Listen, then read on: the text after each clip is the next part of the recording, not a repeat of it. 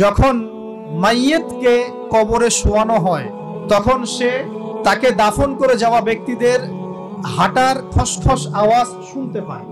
এরপরে তাকে যখন শুইয়ে দেওয়া হয়, সে যদি মুমিন ব্যক্তি হয় তাহলে তার মাথার দিকে তার সালাত এসে দাঁড়িয়ে যায়। দুনিয়াতে আপনি যে নামাজগুলো পড়েছেন, আমি যে নামাজগুলো পড়ছি, এগুলো মাথার দিকে দাঁড়িয়ে যায়। ডান দিকে চলে আসে তার সওম মানে কি? রোজা। বাম দিকে চলে আসে যাকাত। তারপরে পায়ের দিকে চলে আসবে তার আত্মীয়তার সম্পর্ক রক্ষার ইবাদত, তার এই যে অন্যান্য দান সদকা, তার নফল আমল, তার তাসবিহ তাহলিল, তার কোরআন তেলাওয়াত ইত্যাদি পায়ের দিকে চলে আসবে। এখানে একটা হাদিস এসেছে, সূরাতুল মুলক যে ব্যক্তি রাতের বেলা তেলাওয়াত করবে, কোন সূরা ভাই? তাবারাকাল্লাযী বিয়াদিহিল মুলক ওয়া হুয়া আলা কুল্লি শাইইন কাদির। এই সূরা যে ব্যক্তি রাতের বেলা করে তেলাওয়াত করবে, ইনশাআল্লাহ সূরা মুলক কবরে তার সাথে থাকবে এবং কবর আযাব থেকে সূরা মুলক তাকে বাঁচাবে ইনশাআল্লাহ। আমি বুঝাচ্ছি যে কি অবস্থাটা হবে। এবার দুজন ফেরেশতা মাথার দিক থেকে আসবেন, আসতে চাইবেন, সালাত বলবে এখান দিয়ে আসা যাবে না, এদিক দিয়ে আসা যাবে না। ডান দিক দিয়ে আসতে চাইবেন, এদিক দিয়ে আসা যাবে না। বাম দিক দিয়ে আসতে চাইবেন, যাকাত বলবে এদিক দিয়ে আসা যাবে না। পায়ের দিক দিয়ে আসতে চাইবেন, আমলগুলো বলবে এদিক দিয়ে আসা যাবে না। তখন যাই হোক তারা আসবেন। এটা কথা কি? এটা কথাটা হচ্ছে যে সালাতের গুরুত্ব, মানে সে সালাত আদায় করেছে, সে আমার হক আদায় করেছে, আমি তার পক্ষে আছি, এটা পক্ষে বোঝাচ্ছে। রোজা বলবে আমি ওর পক্ষে আছি, তাকে আপনি কোনো শাস্তি দিবেন না, আমি তার পক্ষে আছি। আপনারা দুজন তাকে শাস্তি দিবেন না, আমি যাকাত তার পক্ষে আছি, এটা পক্ষে থাকার কথা। তারপরেও তারা আসবেন, চোখগুলো হবে নীল এবং কালো বর্ণ, নীলাপ চোখের কালো। মুনকার নাকি? উঠে বসিয়ে দেওয়া হবে। এবার তিনটা প্রশ্ন। প্রথমে প্রশ্ন হচ্ছে কি? মান রব্বুক, তোমার রব কে? তখন মুমিন বান্দা বুক ফুলিয়ে বলবে রব্বি আল্লাহ, আমার রব কে? আল্লাহ।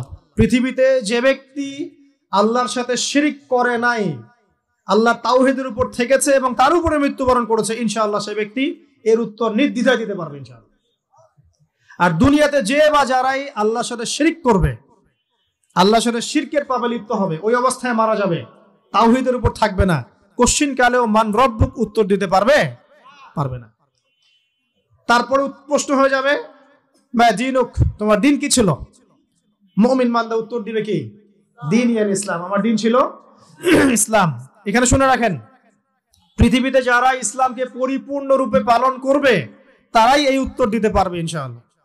যারা ইসলামকে ঠাট্টা বিদ্রুপের হাসি তামাশার পাত্র বানিয়েছে, মন চাইলে কিছু করি, মন চাইলে কিছু করি না, সহজগুলো একটু আমল করি, বাকি কিছুর আমল ধারি না, হ্যাঁ, নামাজ পড়ি, সুদ ছাড়তে পারি না, ঠিক আছে, বছর বছর উমরা করি, এদিকে ঘুষ দুর্নীতি ছাড়তে পারি না, ইসলামকে ঠাট্টা তামাশার পাত্র বানিয়েছে, এরা কোশ্চিন কালে উত্তর দিতে পারবে না মা দিন দিনে পরিপূর্ণরূপে ইসলামে প্রবেশ করতে বলেছেন আল্লাহ রাব্বুল আলামিন।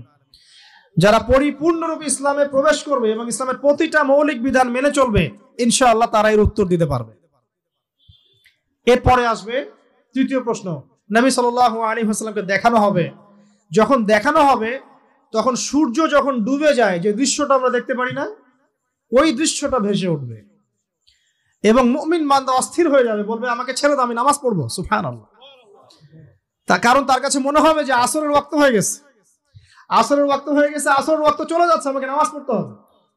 চিন্তা করেছেন? ওই যে একটা হাদিস আছে না, যে 7 শ্রেণীর মানুষকে আল্লাহ রাব্বুল আলামিন আরশের ছায়া দিবেন, তার মধ্যে এক শ্রেণীর মানুষকে যার অন্তর মসজিদের সাথে ঝুলে থাকে, তার মন মসজিদের সাথে ঝুলে ছিল, এই সূর্য ডুবে গেল বলে আমাকে ছেড়ে দাও, আমি নামাজ পড়তে যাব। তখন ফেরেশতারা বলবেন তোমাকে নামাজ পড়তে দেয়া হবে, তবে তার আগে তুমি এর উত্তর দাও। কি উত্তর? এই ব্যক্তির দিকে তাকাও। তখন নবী সাল্লাল্লাহু আলাইহি ওয়াসাল্লামকে দেখানো হবে। সাল্লাল্লাহু আলাইহি ওয়াসাল্লাম দরুদ পড়বেন।